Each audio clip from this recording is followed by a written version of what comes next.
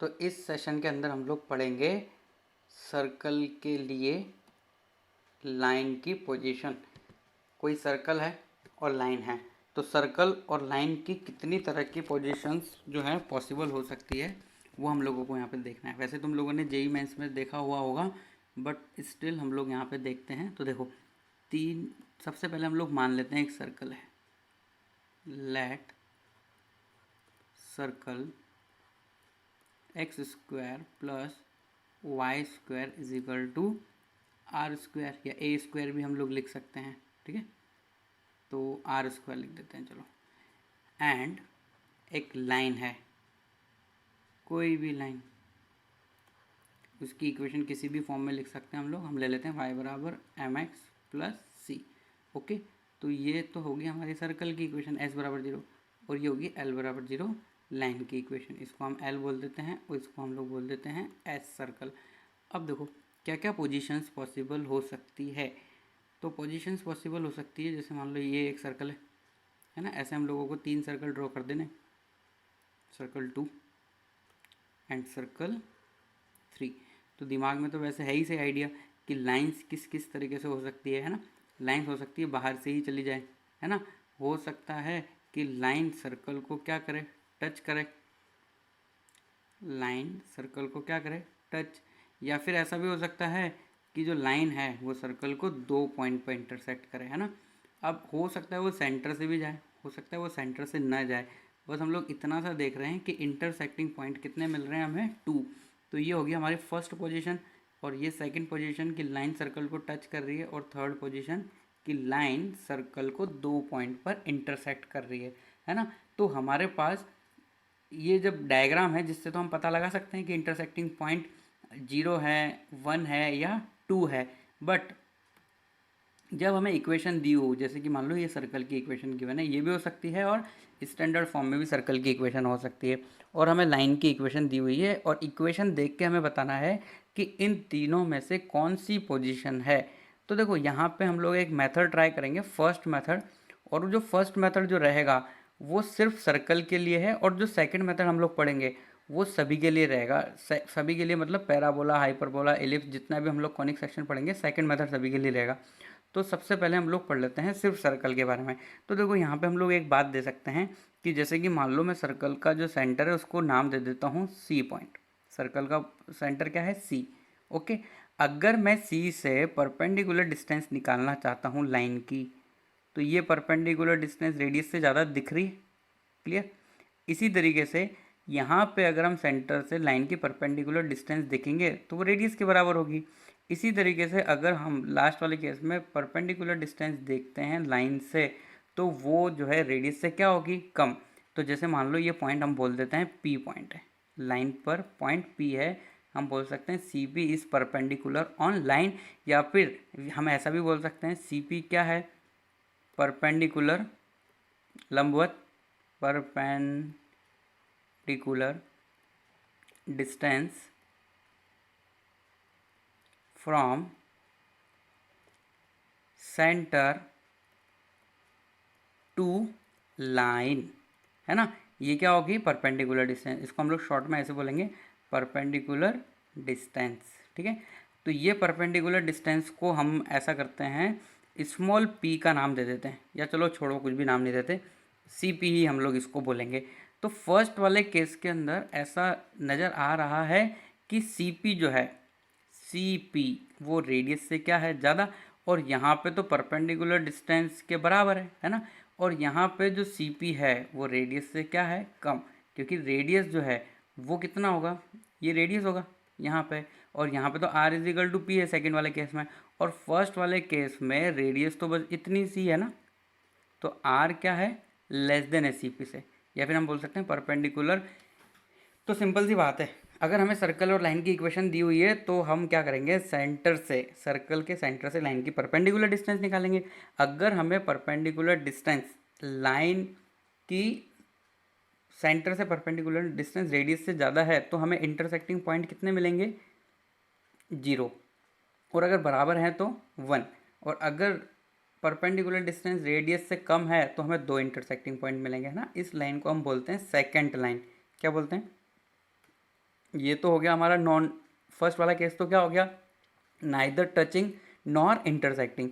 और ये हो गया टचिंग, तो है ना ये वाला जो है ना, ये लाइन टच कर रही है सर्कल को, क्या कर रही है, लाइन टचेस टू सर्कल। ठीक है, इसी तरीके से यहाँ पे हम लोग क्या बोल सकते हैं, ये वाली जो लाइन है इसका नाम हम लोग क्या बोलते हैं, सेकेंड, कि भाई लाइन सर्कल को कितने पॉइंट पर इंटरसेक्ट कर रही है, 2 पॉइंट पर। तो अगर कोई तुम्हें बोले लाइन और सर्कल की इक्वेशन है, पता लगाओ कि कौन सी पोजीशन है, तो तुम क्या करोगे, ये सबसे सिंपल मेथड होता है ना, सेकंड वाले से भी बहुत इजी मेथड ही है।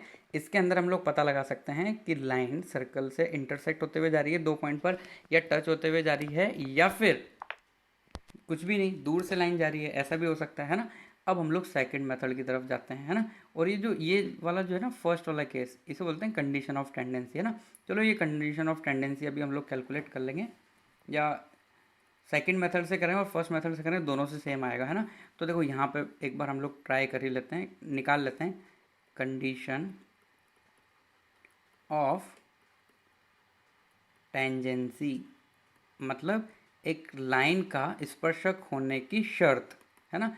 तो लाइन क्या है, y बराबर एम एक्स प्लस सी, है ना।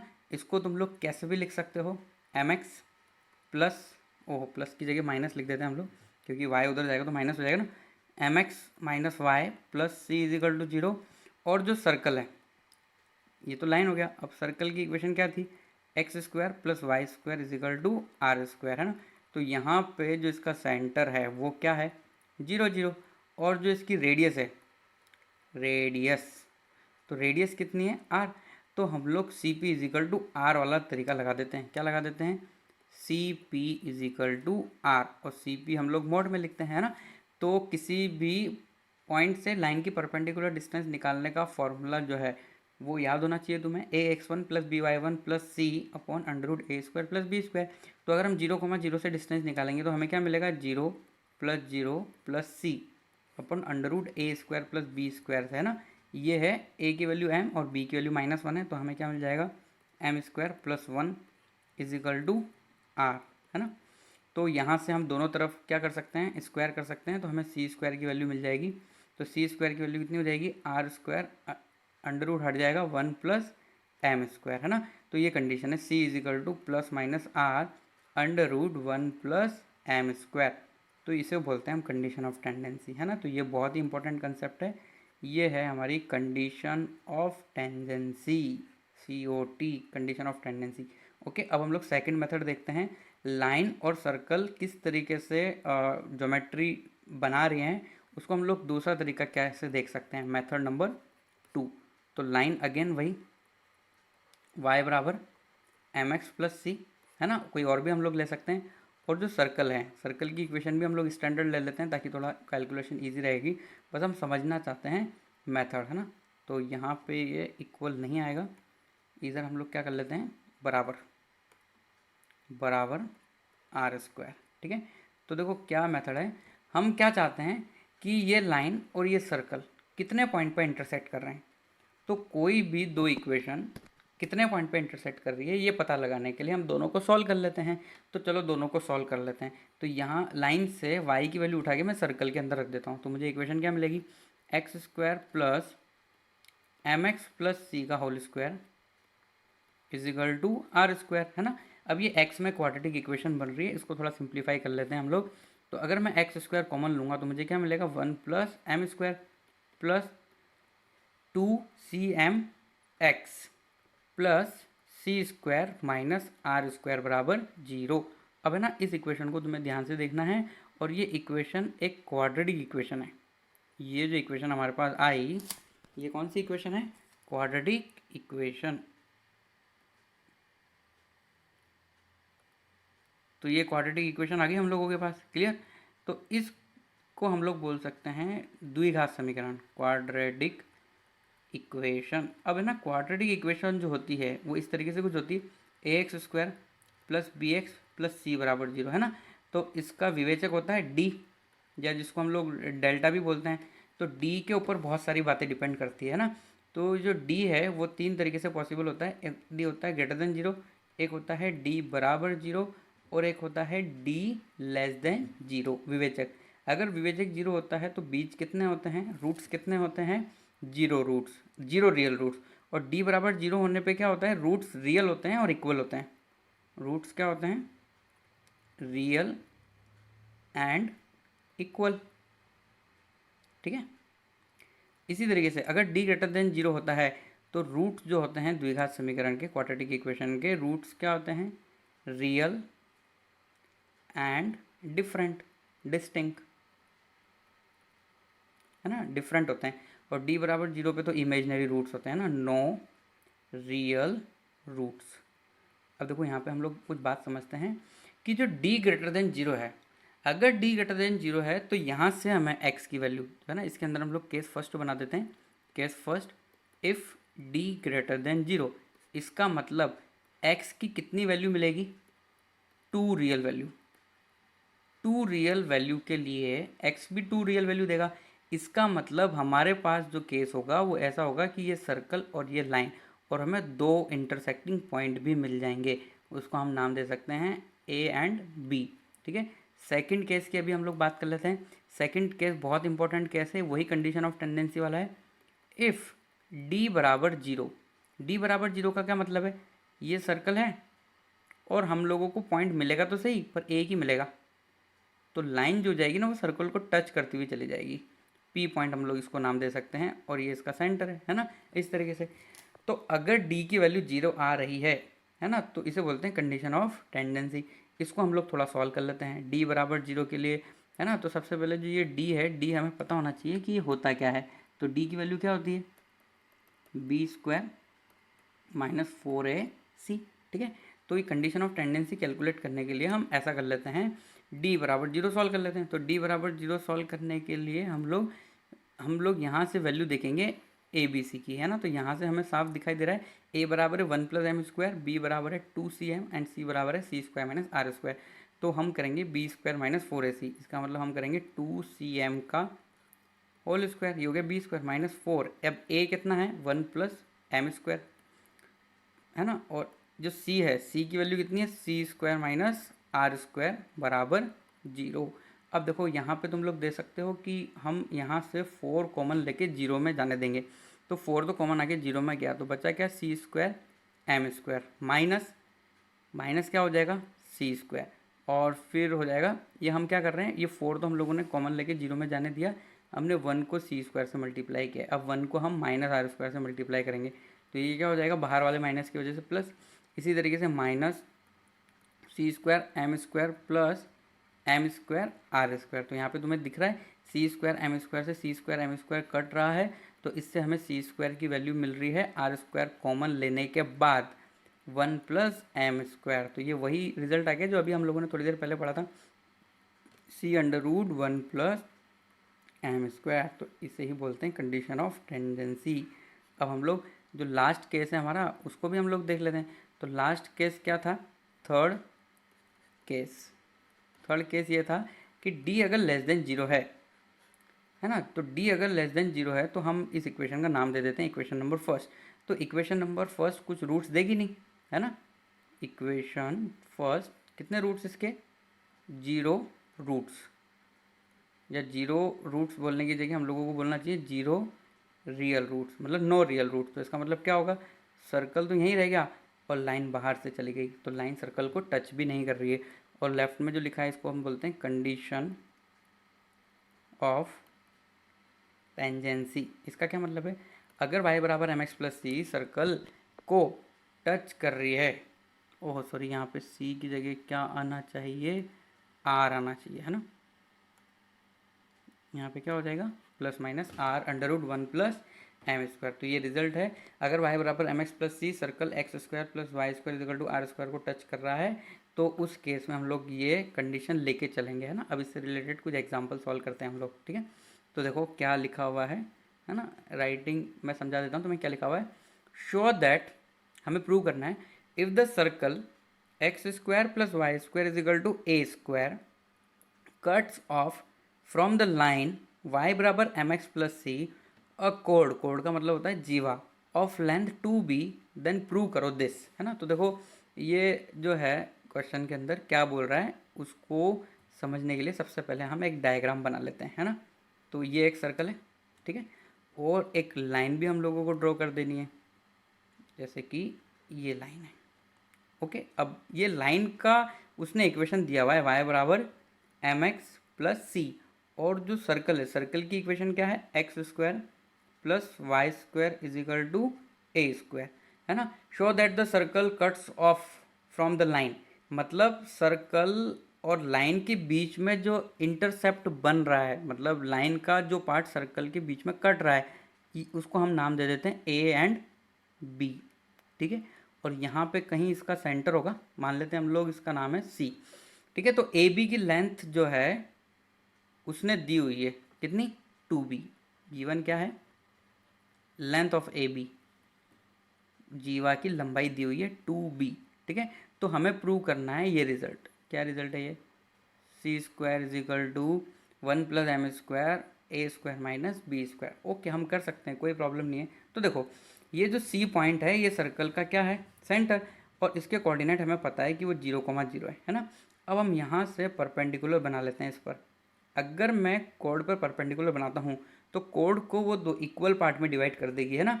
तो इसको नाम दे देते हैं हम लोग, कुछ ए बी सी हो गया हमारा, इसको हम पी नाम दे देते हैं, ठीक है। अगर मैं सी से ए को मिला देता हूँ तो ए सी क्या हो जाएगी, radius, A C is equal to क्या हो जाएगी, रेडियस ऑफ सर्कल, और वो तो हमें पता है कितनी है वो, ए।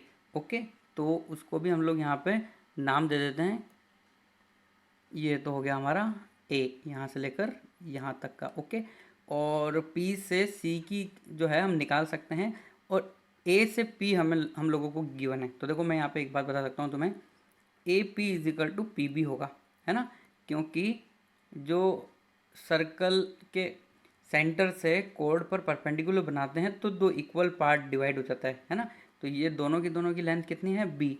तो अब हम लोगों को लेंथ निकालनी है बस पी सी, है ना। तो पी सी कुछ भी नहीं है, सेंटर से लाइन की परपेंडिकुलर डिस्टेंस है। तो ये क्या है, परपेंडिकुलर डिस्टेंस फ्रॉम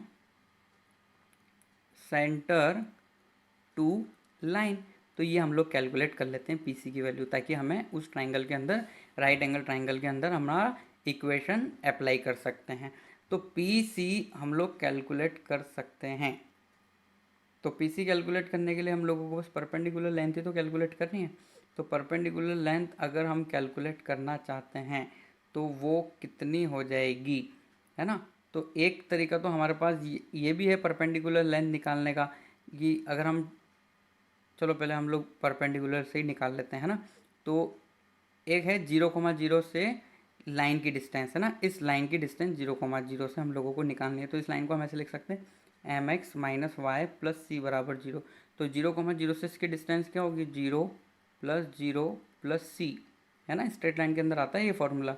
नीचे क्या हो जाएगा, 1 प्लस एम स्क्वायर, ये तो हो गया तुम्हारा परपेंडिकुलर डिस्टेंस। और यही परपेंडिकुलर डिस्टेंस अगर मैं राइट एंगल ट्राइंगल के अंदर देखूंगा, कौन से राइट एंगल ट्राइंगल के अंदर, ट्राइंगल ए पी सी के अंदर, तो यहाँ पे तुम लोगों को दिखाई देगा कि ए सी जो है वो तो हाइपोटेनियस है, और ए पी को अगर माइनस कर देंगे तो हमें वो मिल जाएगा। तो इसकी लेंथ कितनी होगी, ए स्क्वायर माइनस बी स्क्वायर के बराबर होगी।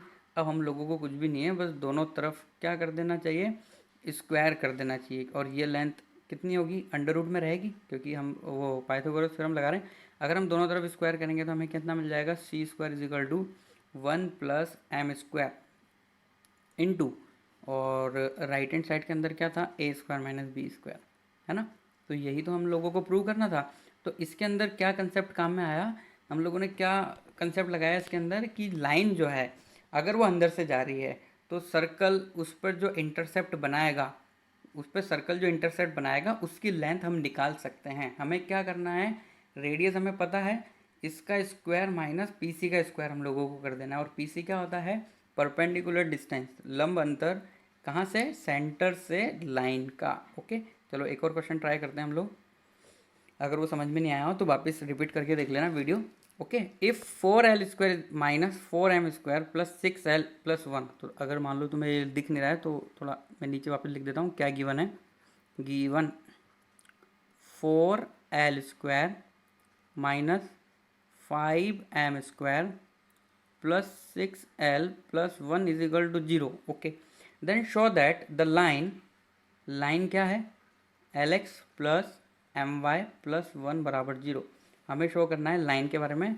Touches a fix circle, find the centre and radius of circle. Okay, तो हमें एल एम और एन में ये रिलेशन दिया हुआ है और हमें बताना है कि ये लाइन एक फिक्स सर्कल को टच करेगी और उस सर्कल की हमें इक्वेशन बतानी है, या फिर यूँ बोलो कि उसका सेंटर बताना है और उसकी क्या बतानी है हम लोगों को, रेडियस भी बतानी है. ओके, तो हम ऐसा कर सकते हैं. कैसे हम ऐसा करेंगे, तो ये जो गिवन इक्वेशन है इसको हम लोग देखते हैं एक बार. इस गिवन इक्वेशन को ही कुछ ना कुछ हमें करना पड़ेगा. तो देखो, हम इसको ऐसा लिख सकते हैं 4l square minus 4m square. तो ये माइनस 5m स्क्वायर है ना, उसको हम लोग थोड़ा राइट हैंड साइड में ले जाके कुछ बना सकते हैं शायद, है ना.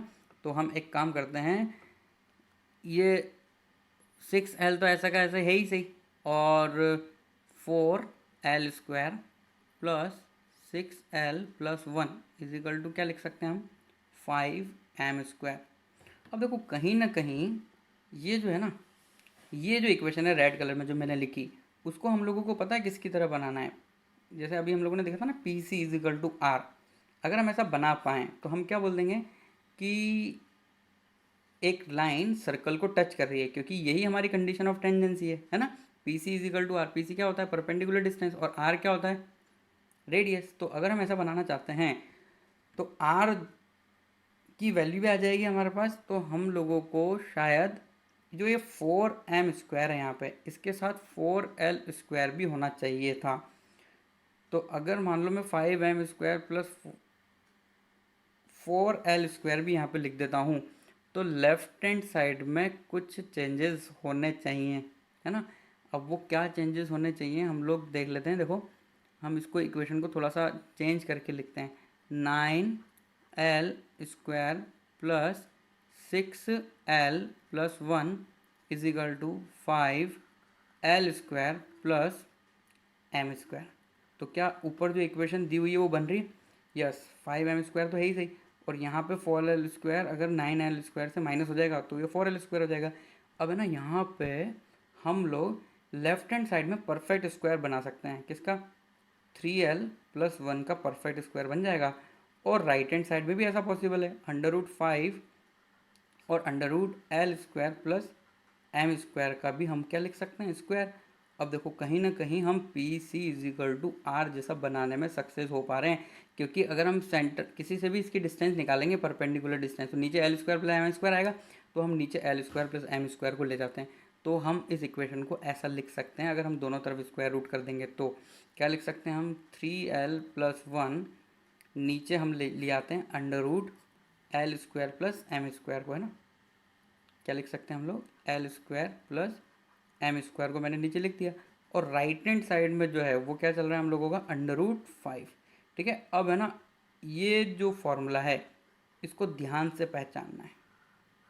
ये जो यहाँ पे लिखा हुआ है ना रेड कलर में, p c is equal to r, इसका क्या मतलब होता है, हम लोग डिस्टेंस निकालते हैं. पी सी का मतलब होता है ax1 plus by1 plus c upon √a square plus b square is equal to r.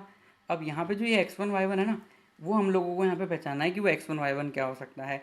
और √a square plus b square तो ठीक है, अगर लाइन कैसी होती है तब ये फॉर्मूला होता है, इस लाइन के लिए होता है ये ax plus b y plus c बराबर 0 के लिए. पर वो लाइन नहीं है, यहाँ पे तो lx है, तो हम इसको इस तरीके से बना सकते हैं ना, ये फॉर्मूले को alpha l plus beta y भी बना सकते हैं, अल्फ़ा एल. तो चलो इसको ऐसे रहने देते हैं हम लोग.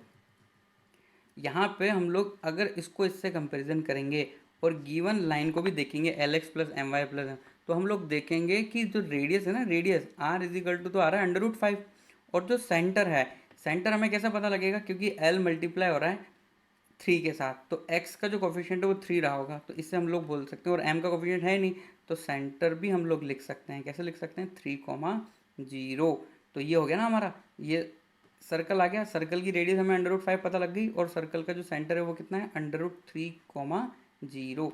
तो एक ये थोड़ा रिवर्स क्वेश्चन था। हम लोगों को एक इक्वेशन दी हुई थी, उससे पता लगाना था कि एक सर्कल को टच कर रहा है और हम लोग ऐसा कर पाए। ओके, चलो next, equation of tangent in different form पढ़ लेते हैं। अभी हम लोग इक्वेशन के बहुत मतलब जो टेंजेंट की जो इक्वेशन है वो अलग अलग फॉर्म में होती है। तो सबसे पहला जो फॉर्म है वो उसको हम लोग बोलते हैं कार्टेशियन फॉर्म। क्या बोलते हैं? कांटे लगे हुए हैं इसमें, है ना, कार्टेशियन फॉर्म। अब ये क्या है भाई? इसको पॉइंट फॉर्म भी बोलते हैं। क्या बोलते हैं? Point form. ये कब अप्लाई होती है तो देख लेते हैं। हमें ना एक सर्कल दिया हुआ है, सर्कल की इक्वेशन भी दी हुई है मतलब, है ना, और हम लोगों को टेंजेंट निकालनी है। इस टेंजेंट की इक्वेशन निकालनी है। टेंजेंट गिवन नहीं है हमें, हमें गिवन है पॉइंट जो टच करा हुआ है ना, ये तो सेंटर है इसका। ये पी पॉइंट हमें गिवन है x1 y1, और हमें लाइन की इक्वेशन निकालनी है, टेंजेंट की इक्वेशन निकालनी है। और ये सर्कल है, इस सर्कल की इक्वेशन क्या है? s बराबर 0, है ना। अब ये कोई सा भी सर्कल हो सकता है, स्टैंडर्ड सर्कल भी हो सकता है, या फिर 0 0 सेंटर वाला सर्कल भी हो सकता है। तो जो इक्वेशन ऑफ टेंजेंट होती है ना, इक्वेशन ऑफ टेंजेंट, वो सिंपली उसको हम एक नाम देते हैं बहुत अच्छा सा, उसका नाम होता है t बराबर 0। ये टेंजेंट की इक्वेशन है। अब है ना, t बराबर 0 का क्या मतलब होता है? तो t बराबर 0 का मतलब होता है, जैसे कि एग्जांपल लेता हूँ मैं एक, है ना, सर्कल है एक,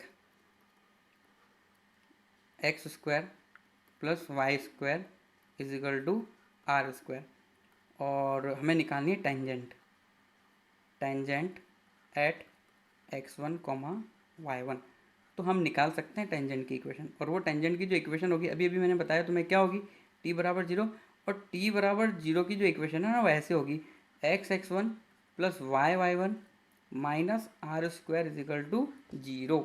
अब ये जो t बराबर 0 है ना, अलग अलग इक्वेशन के लिए अलग अलग होता है, अलग अलग इक्वेशन के लिए अलग अलग होता है। मतलब अगर मान लो हम लोगों के पास वो जनरल स्टैंडर्ड सर्कल है, तब हम क्या करेंगे, तो उसके लिए हम लोगों को एक बात ध्यान रखनी है कि कभी भी हमें सर्कल की इक्वेशन में एक्स स्क्वायर दिख जाए और हमें टी बराबर 0 लगाना है। क्या लगाना है? नोट किसके लिए है ये? टी बराबर 0 इक्वेशन लगाने के लिए है ये नोट। ठीक है, तो एक्स स्क्वायर को तो बना दो आप x1, और अगर वाई स्क्वायर दिख रहा है तो उसको तो लिख दो y1, है ना। इसी तरीके से अगर हम लोगों को कहीं दिख रहा है x, तो उसको क्या कर दो आप, x प्लस x1/2 लिख दो। इसी तरीके से अगर मान लो y दिख रहा है तो y को क्या लिख दो, y प्लस y1/2। अब देखो ये तो हो गया नॉर्मली, और c को तो कुछ भी नहीं करना, c का c ही रखना है हम लोगों को।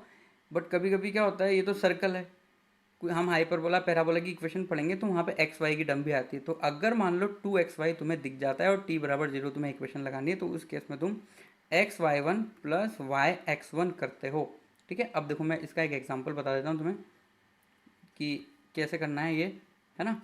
जैसे कि मान लो सर्कल जो है ना तुम्हारा, सर्कल x बराबर 0 ये है, x square plus y square plus 2gx plus 2fy plus c is equal to 0, है ना। अब हम लोगों को t बराबर 0 इक्वेशन लिखनी है इसके लिए, है ना। हम ऐसा बोल रहे हैं कि इक्वेशन ऑफ टेंजेंट, क्या बोल रहे हैं, equation of tangent at x1 y1, p कोई पॉइंट है x1 y1। तो कैसे होगी, देखो उसकी equation x1 plus y1 plus g x plus x1 plus f y plus y1 plus c बराबर 0। तो ये टेंजेंट की इक्वेशन है ना। तो अभी हम लोगों ने सबसे पहली फॉर्म पढ़ ली है, कौन सी फॉर्म, कार्टेशियन फॉर्म। अच्छा, ये जो कार्टेशियन फॉर्म है ना, ये सर्कल पैराबोला हाइपरबोला सब के लिए कॉमन है, टी बराबर 0। अगर हम लोगों को ग्राफ पता है, और जो पॉइंट है ना, सबसे इंपॉर्टेंट पॉइंट, पॉइंट जो है वो ग्राफ पर ही होना चाहिए। अगर पॉइंट ग्राफ पर नहीं है तो t बराबर 0 सर्कल की टेंजेंट की इक्वेशन को रिप्रेजेंट नहीं करेगी। किसको रिप्रेजेंट करेगी वो हम आगे देखेंगे, है ना। ओके, अब हम लोग दूसरा फॉर्म देख लेते हैं, स्लोप फॉर्म। क्या देख लेते हैं, slope form. Slope intercept form भी बोलते हैं वैसे उसको। Next, second, slope form. तो जैसे कि मान लो सर्कल जो है तुम लोगों के पास कुछ इस तरीके से है, किस तरीके से, x square plus y square is equal to r square, है ना। तो इसकी जो टेंजेंट होगी ना, टेंजेंट, उसकी इक्वेशन होगी y बराबर m x plus minus r under root 1 + m²। ठीक है, अब ये कब लगानी है हम लोगों को, जब हम लोगों को स्लोप दिया हुआ होगा, है ना। तो इसका भी डायग्राम से हम लोग समझ लेते हैं इसको। जैसे कि मान लो ये सर्कल है, हम लोगों को टेंजेंट की इक्वेशन निकालनी है ये। अब देखो तुम बोलोगे कि इसका जो स्लोप है ना वो गिवन है हमें m। अब है ना, अगर तुम थोड़ा दिमाग लगाओगे ना तो गिवन स्लोप के लिए सिर्फ एक ही टेंजेंट नहीं निकलेगी, दो टेंजेंट निकलेगी, है ना। उसके पैरेलल एक और लाइन हम ड्रॉ कर सकते हैं जो सर्कल को टच करेगी, तभी तो यहाँ पे प्लस माइनस है।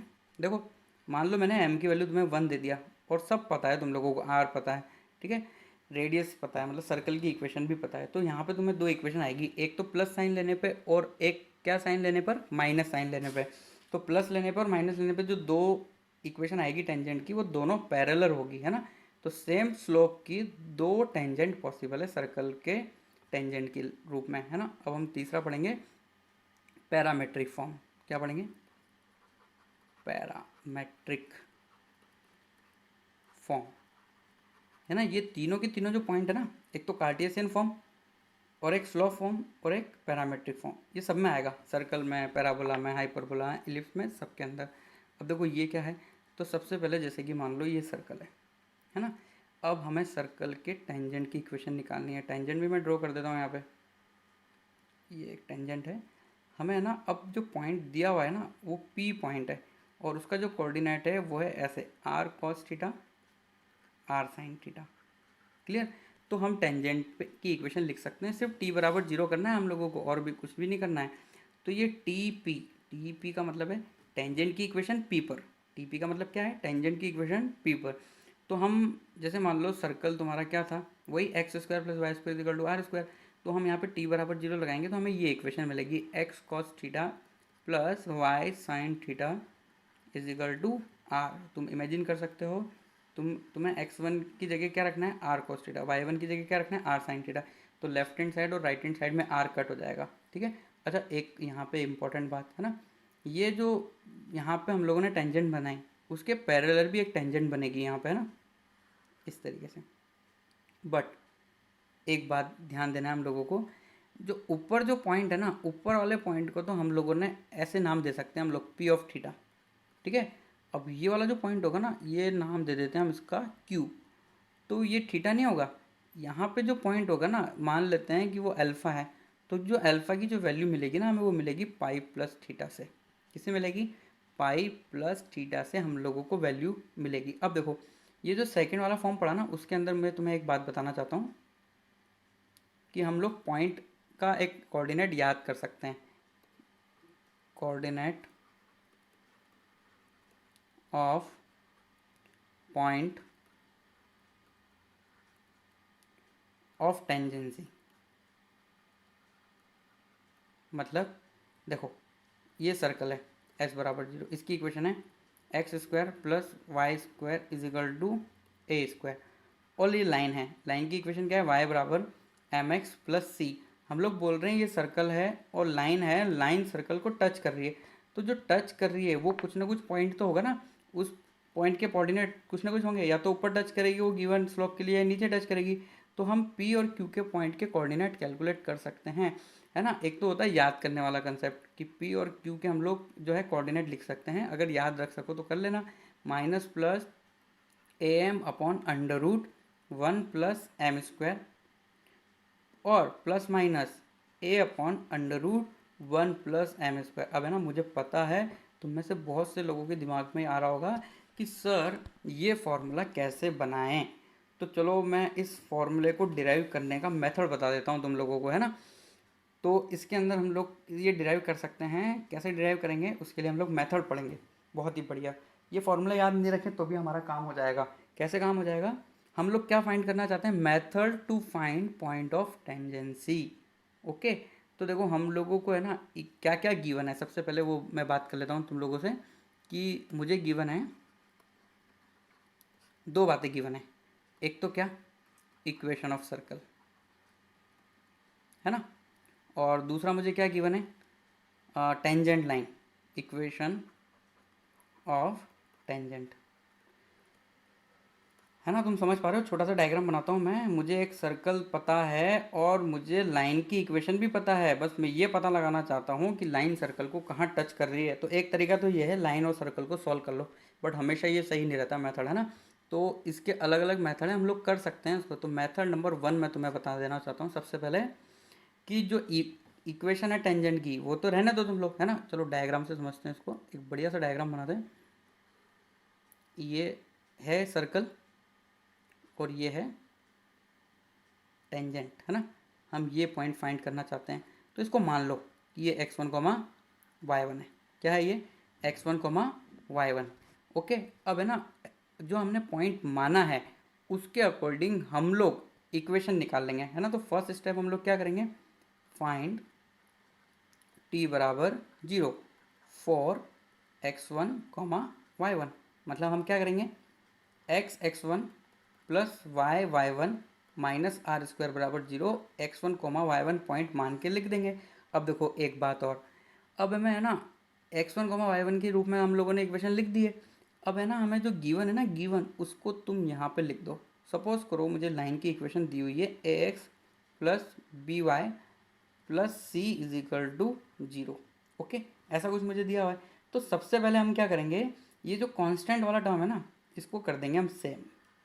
इसको सेम करने के बाद हम नाम दे देते हैं, ये दोनों जो इक्वेशन है इसको हम कंपेयर कर सकते हैं। क्या कर सकते हैं, कंपेयर। वो गुजराती में बोलते हैं सरखा सकते हैं हम लोग। अगर हम सरकाएंगे ना तो हमें x1 और y1 की वैल्यू मिल जाएगी, और x1 और y1 ही तो हमें फाइंड करना था। तो एक तरीका तो हम ये कर सकते हैं, है ना। दूसरा तरीका क्या है, सेकंड मेथड। सेकंड मेथड है ना, थोड़ा नॉर्मल की हेल्प से हम लोग करेंगे। किससे, नॉर्मल से। अब नॉर्मल क्या होता है, नॉर्मल से हम लोग इसको निकालेंगे। तो सबसे पहले नॉर्मल देख लो तुम क्या होता है। नॉर्मल कुछ भी नहीं है, जैसे कि मान लो डायग्राम है एक, है ना। ये एक सर्कल है ना, सर्कल जैसा लग रहा है बिल्कुल। इस पे मैंने एक टेंजेंट बनाई, क्लियर। अब मान लेते हैं कि एक लाइन है जो इसके सेंटर से आ रही है और ऐसे जा रही है ना। ये सेंटर से जा रही है, तो ये तो क्या है भाई, टेंजेंट। अब ना टेंजेंट जहाँ टच कर रही है ना, उसी पॉइंट से जाने वाली, मतलब पी पॉइंट से जाने वाली टेंजेंट के परपेंडिकुलर लाइन को बोलते हैं नॉर्मल। क्या बोलते हैं, नॉर्मल। इसको क्या बोलते हैं यार, दूसरी लैंग्वेज में याद नहीं आ रहा मुझे। नॉर्मल बोलते हैं इसको, है ना। तो अब हम लोग पी पॉइंट फाइंड करना चाहते थे, तो पी पॉइंट फाइंड करने के लिए हम देखो, हमें सर्कल की इक्वेशन तो पता ही है। तो हम एक काम कर सकते हैं, सबसे पहले इक्वेशन तो हमें टेंजेंट की गिवन है ना। हमारे पास क्या है, इक्वेशन ऑफ टेंजेंट, है ना। तो यहाँ से इसके परपेंडिकुलर लाइन में लिख सकता हूँ, है ना। अब मुझे क्या करना है, मेन स्टेप मेरी ये है, मैं लिख सकता हूँ equation of normal. Equation of normal में लिख सकता हूँ कैसे, x1 कोमा y1 पॉइंट है ना मेरे पास, वो पॉइंट है, और टेंजेंट के स्लोप की हेल्प से मैं नॉर्मल की इक्वेशन लिख सकता हूँ, है ना। Equation of normal with help of p x1 comma y1 and slope of nor tangent. जैसे मान लो टेंजेंट का स्लोप 3 है, तो नॉर्मल का स्लोप कितना हो जाएगा, -1/3, है ना। अब x1 कोमा y1 तो तुम सोच रहे होंगे फाइंड करना है हम लोगों को, तो यहाँ पे मैंने थोड़ा सा रॉन्ग लिख दिया। x1 कोमा y1 की हेल्प नहीं लेनी हमें, एक्चुअली वो तो हमें फाइंड करना है। हमें हेल्प लेनी है सर्कल के सेंटर की, help of centre of circle, है ना। जैसे मान लो मैंने सर्कल का नाम यहाँ दे दिया, तो मैं क्या कह रहा हूँ, फाइंड कर लो इक्वेशन ऑफ सी पी, जिसे बोलते हैं नॉर्मल। अब एक बार नॉर्मल आ गया तुम्हारे पास, टेंजेंट है ही सही, और दोनों का इंटरसेक्शन पॉइंट फाइंड कर लो। तो दोनों का इंटरसेक्शन पॉइंट फाइंड करोगे तो तुम्हें किसकी इक्वेशन मिल जाएगी, इक्वेशन मिल जाएगी तुम्हें, ओ सॉरी, टेंजेंट की एंड नॉर्मल की। तो टेंजेंट और नॉर्मल की इक्वेशन को अगर तुम सॉल्व करोगे तो तुम्हारा आंसर आ जाएगा, है ना। तो एक छोटा सा एक एग्जाम्पल करते हैं, है ना, रिवर्स ऑर्डर में थोड़ा करेंगे। जैसे क्वेश्चन है एग्जाम्पल, मान लो ये सर्कल है x² plus y² is equal to 25, है ना। मैं बोलता हूँ टेंजेंट निकालो, टेंजेंट एट 3,4, है ना। तो बहुत ही ईजी तुम लोग कर लोगे, है ना। तो कैसे करोगे तुम लोग इस क्वेश्चन को सॉल्व? t बराबर 0 अप्लाई कर दोगे। t बराबर 0 से इक्वेशन क्या है कि 3x plus 4y minus 25 is equal to 0, है ना। अब देखो मैं क्वेश्चन नंबर सेकंड बना रहा हूँ। क्वेश्चन नंबर फर्स्ट तो ये था, क्वेश्चन नंबर सेकंड हम कुछ इस तरीके से बना रहे हैं कि हम लोगों को गिवन है, given x square plus y square minus 25 is equal to 0 and tangent given है हम लोगों को। क्या गिवन है? टेंजेंट। टेंजेंट जो ऊपर हम लोगों ने कैलकुलेट किया, अब इस बार वो गिवन है 4 5 माइनस 25 इज इक्वल टू 0। अब हमें फाइंड क्या करना है? Find point of tangent, tangency, find point of tangency, है ना। हमें जहाँ टच कर रहा है वो पॉइंट फाइंड करना है। अब हमारे पास पता है क्या है? सिर्फ लाइन की इक्वेशन है और किसकी इक्वेशन है? सर्कल की। तो मेथड 1 में ट्राई करना चाहता हूँ, मैं पॉइंट मान लेता हूँ x1, y1। मैं क्या मान लेता हूँ कि जो टेंजेंसी पॉइंट है ना। अब हम सॉल्यूशन करने जा रहे हैं। Let tangency point is p x1, y1। तो यहाँ पे इक्वेशन ऑफ टेंजेंट क्या रही होगी? Equation of tangent, equation of tangent क्या रही होगी भाई? यहाँ पे x1 plus y1 minus 25 is equal to 0। अब इसको कंपेयर करा लो ना यार तुम इसके साथ। अगर तुम इसके साथ कंपेयर करोगे तो x1 इज इक्वल टू तुम्हें 3 मिल रहा है और y1 इज इक्वल टू कितना मिल रहा है? 4। ये हो गया। तो ये रिवर्स क्वेश्चन भी हम लोगों ने क्या कर लिया भाई? सॉल्व कर लिया, है ना। तो ये हो गया हमारा। अब नेक्स्ट जो सेशन रहेगा उसके अंदर हम बहुत ही ज़्यादा इंपॉर्टेंट कंसेप्ट पढ़ेंगे और डायरेक्टर सर्कल और उससे जुड़ी हुए लोकस से रिलेटेड क्वेश्चंस भी हम लोग नेक्स्ट क्लास के अंदर सॉल्व करेंगे। Thank you.